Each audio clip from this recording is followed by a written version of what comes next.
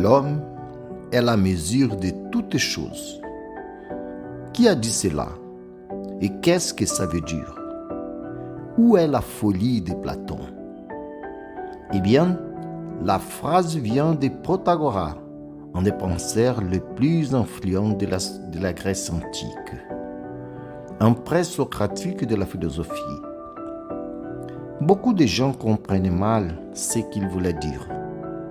Parfois, ils pensent que Protagoras a dit que l'homme est l'être le plus important de l'univers, que le monde est là à cause de lui pour notre jeu de la vie.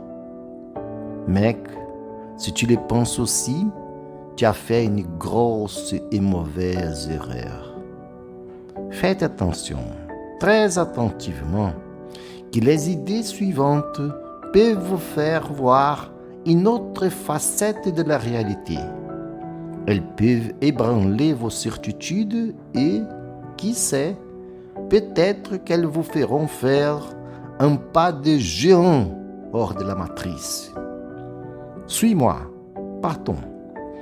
En général, pour savoir qu'est-ce que c'est une chose, dans ce monde, que fais-tu? Regarde la chose, touche la chose, sens l'odeur et le goût de ce qui est devant toi.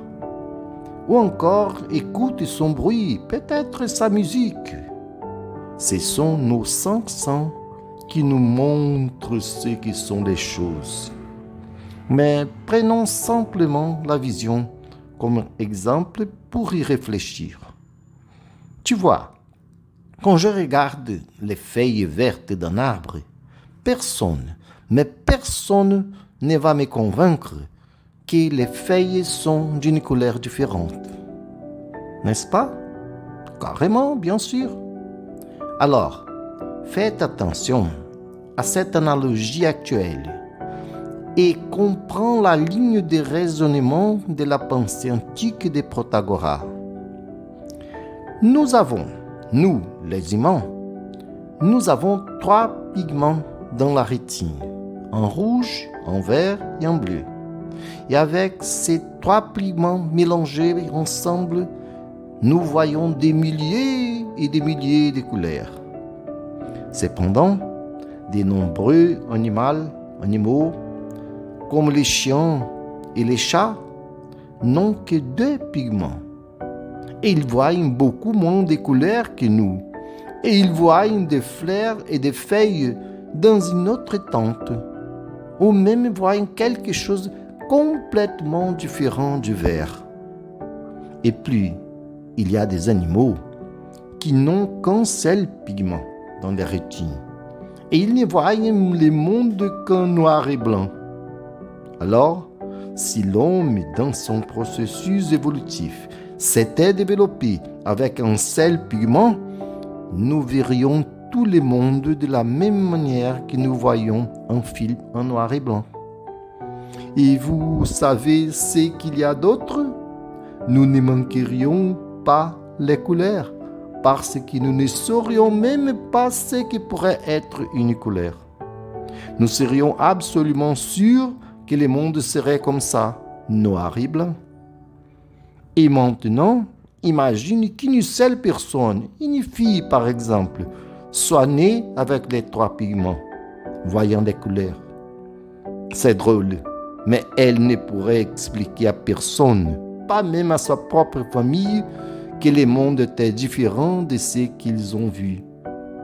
Et elle serait certainement considérée par tout le monde comme une folle, une fille qui imagine des choses que personne ne voit. Eh bien, réfléchis maintenant. Il y a des animaux qui ont 400 pigments ou même plus. Sache que chez les humains, beaucoup de femmes qui sont tétrachromes ont déjà été diagnostiquées comme telles, c'est-à-dire qu'elles sont nées avec 4 pigments. Elles voient beaucoup plus de couleurs. Évolution? Probablement. Mais conclus par toi-même. Les feuilles sont-elles vraiment vertes ou sont-elles d'une couleur différente? peut-être dans une couleur que nous, les humains, ne pouvons pas voir. Mec, t'as remarqué, le monde est différent de ce que nous pensons qu'il est. Personne ne peut savoir ce que c'est la vérité, la réalité. Ce que nous appelons réel, c'est ce qui n'est-ce pas que notre convention. Et cela varie même d'une personne à l'autre. D'où l'énorme force des fake news. Car nous croyons toujours ce que nous voulons croire. Et malheur à quiconque essaye de jouer avec nos certitudes. Platon ne sera pas d'accord avec cela et prétendra qu'il n'y a qu'une seule vérité. Fou de lui, n'est-ce pas? Nietzsche le pense. On comprend mieux maintenant la phrase de Protagoras.